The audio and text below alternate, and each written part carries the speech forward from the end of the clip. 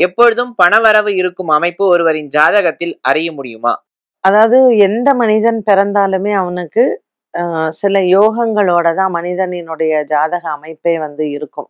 அதாவது எல்லாருமே ஒரு கஷ்டப்படக்கூடிய ஜாதகம், இல்ல ஒரு தரித்திர ஜாதகம், இல்ல இந்த மாதிரியான அதெல்லாம் கிடையவே கிடையாது.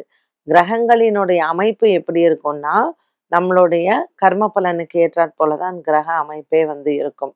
அப்ப அந்த கர்ம பலன் அப்படிங்கிறத எத சொல்லுவோம்னா, நம்மளுடைய தனிப்பட்ட கர்ம பலன், நம்மளுடைய பெற்றோர்களினுடைய கர்ம பலன். இது 2ம் சேர்ந்து தான் வருது. ஸோ, ஒரு ஜெனரேஷன் சொல்லுவாங்க இல்லையா? இப்ப அப்பா வந்து கஷ்டப்படுறார்.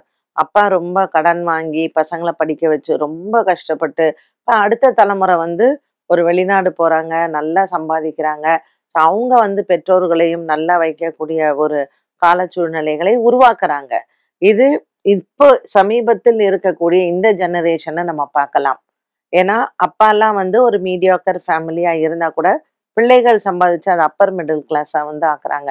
அப்போ இந்த சம்பாதிக்கக்கூடிய யோகம்ங்கிறது 2 ஜாதகத்திலயுமே இருக்கு. அப்பா ஜாதகத்திலயும் இருக்கு, பிள்ளை ஜாதகத்திலயும் இருக்கு, பொண்ணு ஜாதகத்திலயுமே இருக்கு. ஆனால் லைஃப் ஸ்டைல் சேஞ்சஸ்ன்னு சொல்றோம் இல்லையா? காலச்சூழல் இப்போ ஒரு 50 வருஷத்துக்கு முன்னாடி எல்லாம் போய் அமெரிக்கால வேணா எல்லாருக்கும் அந்த வசதிகள் இல்ல, போகவும் முடியல. பட் இன்னைக்கு படிக்கிறதுக்கே வந்து நெறைய பேர் போறாங்க. அங்க வெளிநாட்டுல போய் படிக்கிறாங்க. அதே கிரகங்கள் தான்.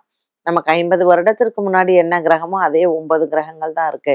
ஆனால் அ நாட்டினுடைய வளர்ச்சியும், ஒவ்வொரு இடத்துலயும் நமக்கு இருக்கக்கூடிய ஒரு சமுதாய மாற்றமும் நமக்கு இன்னைக்கு ஆன்லைன்ல இன்னைக்கு சம்பாதிக்கிறாங்க.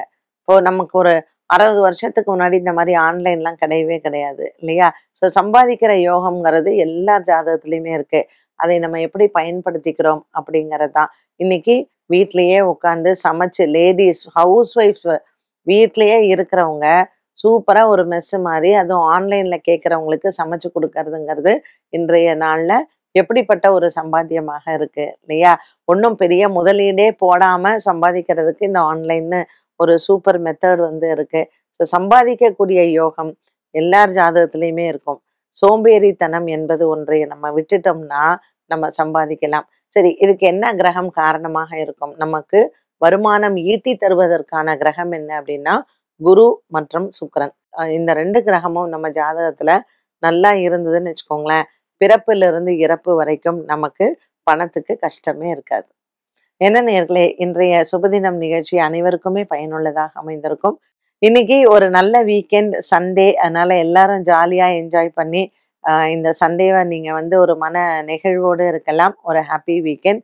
மற்றும் ஒரு சுபதினம் நிகழ்ச்சியில் சந்திக்கும் வரை நன்றி, வணக்கம்.